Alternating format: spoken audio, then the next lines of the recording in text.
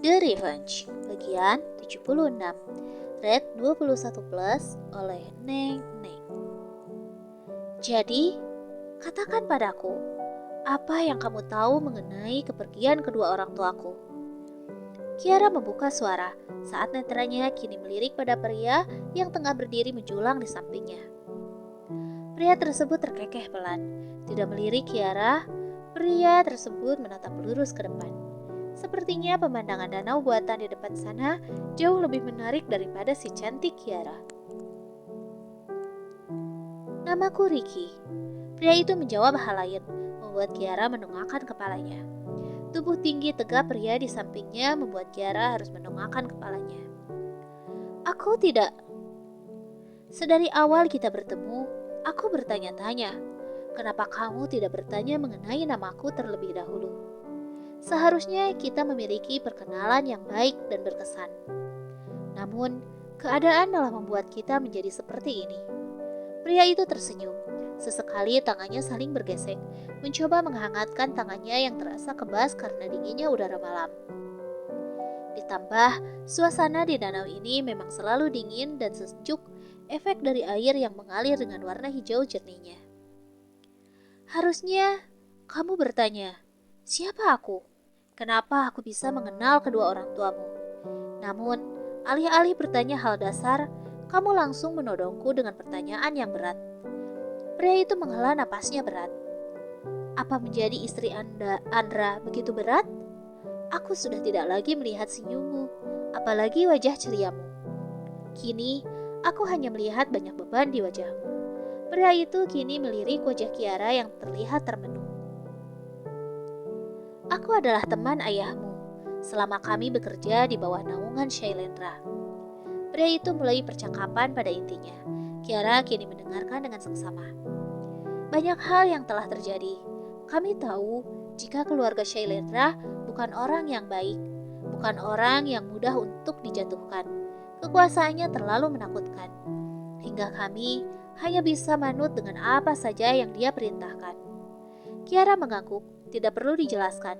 Jelas saja Kiara tahu seperti apa seluk-beluk dunia Shailendra. Lalu? Oh, ayolah. Kiara sudah sangat penasaran tentang apa yang terjadi pada kedua orang tuanya. Kenapa Ricky ini bertele-tele sekali?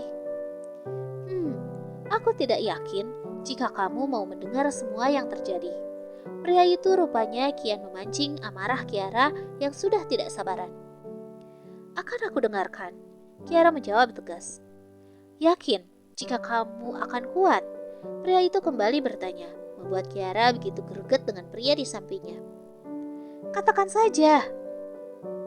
Aku tidak bisa mengatakannya. Namun, aku akan memberikan ini padamu. Ricky meraih sebuah map yang berada di balik jaketnya, yang sedari tadi ia lindungi, kemudian menyodorkan pada Kiara. Dan Kiara menerimanya dengan baik, meski tangannya terlihat bergetar hebat. Apa ini sebuah kesungguhan? Kiara bertanya sembari meneguk ludahnya susah payah. Kau tahu, aku mempertaruhkan nyawaku kalau aku memutuskan bertemu denganmu. Kamu tahu bukan siapa Shailendra? Kiara mengedarkan pandangannya. Kini, baru Kiara menyadari atas apa yang telah dia lakukan. Berusaha mencari tahu atas kematian kedua orang tuanya sama dengan mengusik keluarga Shailendra. Kiara tahu ada harga yang harus dibayarnya ketika dia melakukan hal berbahaya seperti ini.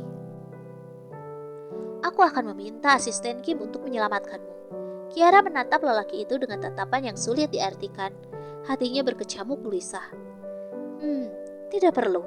Bagaimanapun aku tahu, suatu hari nanti kamu akan datang menemuiku. Kamu akan mencari tahu tentang kematian kedua orang tuamu. Sejujurnya, aku sudah menyiapkan semuanya.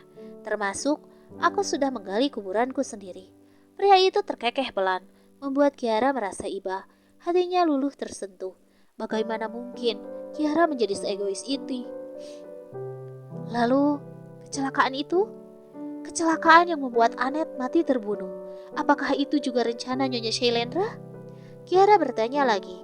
Meski sejujurnya, dia sudah memiliki bayangan tentang semua yang terjadi. Kamu boleh mencari tahunya nanti. Setelah kamu membaca semua fakta tersebut. Segeralah pergi dari tempat ini, atau kamu akan melihat apa yang seharusnya tidak kamu lihat. Pria itu mengedarkan pandangannya pada sekeliling. Langit gelap tanpa mendominasi. Hanya cahaya remang yang kini berada di sekitar mereka. Lalu, bagaimana denganmu? Kiara ragu untuk melangkah. Jangan pikirkan, pergilah. Terima kasih. Kiara menganggukkan kepalanya, lalu memundurkan langkah. Lantas, gadis itu segera memutar arah untuk kembali pulang, dengan perasaan yang tak karuan. Kiara, gadis itu kembali menoleh, menatap pada sosok Ricky yang kini tengah menatapnya dalam. Mengenai perjodohan antara aku dan kamu, itu benar adanya. Ayahmu sempat menginginkan aku menjadi menantunya. Namun, aku tahu jika kamu mencintai Andra.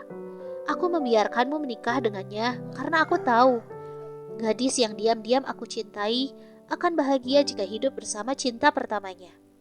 Aku tahu ini terdengar konyol, namun inilah faktanya.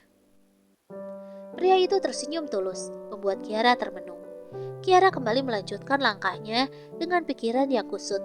Terlalu banyak pertanyaan yang bersarang di kepalanya, hingga tanpa gadis itu sadari, ia telah meninggalkan Ricky yang kini tengah tersenyum penuh arti. Kakak, aku sudah melakukan apa yang seharusnya aku lakukan. Pria itu menunduk lemah sebelum ada sebuah peluru yang mencoba ingin bersarang di tubuhnya. Pria itu segera menghindar. Ia tahu ini akan terjadi. Dengan segala perhitungan yang telah matang, pria itu segera melompat ke dalam danau. Suasana yang gelap membuat semuanya menjadi sulit. Namun Ricky tahu bahwa peperangan ini tidak akan mudah berakhir. Asisten Kim, apa kamu mendengar ada suara jatuh ke air? Kiara sempat menghentikan langkahnya, ingin menoleh ke belakang, namun asisten Kim segera mencegahnya. Silahkan lanjutkan langkah Anda, Nona. Jangan melihat kemanapun. Dokumen yang Anda genggam sangat berharga. Kiara mengangguk. Gadis itu tetap melangkah, meski dalam kepalanya dia menerka-nerka tentang banyak hal. Kiara tahu Ricky pasti akan selamat, dan suatu hari nanti gadis itu berjanji akan menemuinya kembali untuk mengucapkan kata terima kasih dengan benar. Sementara itu, di sebuah ruangan yang dihuni oleh seorang pria, suasana terlihat temaram. Dengan pelan, pria tersebut mengeluarkan asap nikotin dari mulutnya. Terlihat begitu menikmati. Namun, faktanya kini kepalanya tengah berdengung ngilu karena terlalu banyak hal yang dia pikirkan. Tuan, ini adalah profil yang Anda minta. Max datang dengan sebuah map di tangannya, menyodorkannya pada Andra yang kini tengah duduk dengan mata menatap langit-langit ruangan tersebut. Kau yakin ini akurat? Andra bertanya dengan tangan yang menggapai map tersebut, membukanya lalu membacanya dengan teliti. Max, jangan bercanda, ini terlalu mustahil. Andra melempar map yang baru saja dibacanya. Seketika, kertas dan foto-foto yang berada di dalamnya berhamburan keluar. Tergeletak begitu saja membuat Andra dan Max mau tidak mau menatapnya juga. Ini konyol, Max.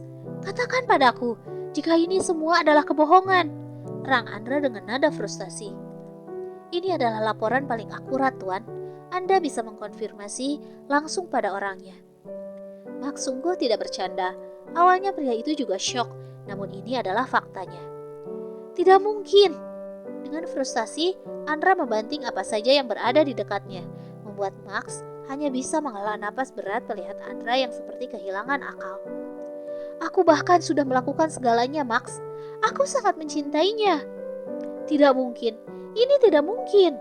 Andra kembali menjerit frustasi. Wajahnya sudah merah padam. Ini terlalu mengejutkan baginya. Tangkap pria itu dan bawa ke hadapanku.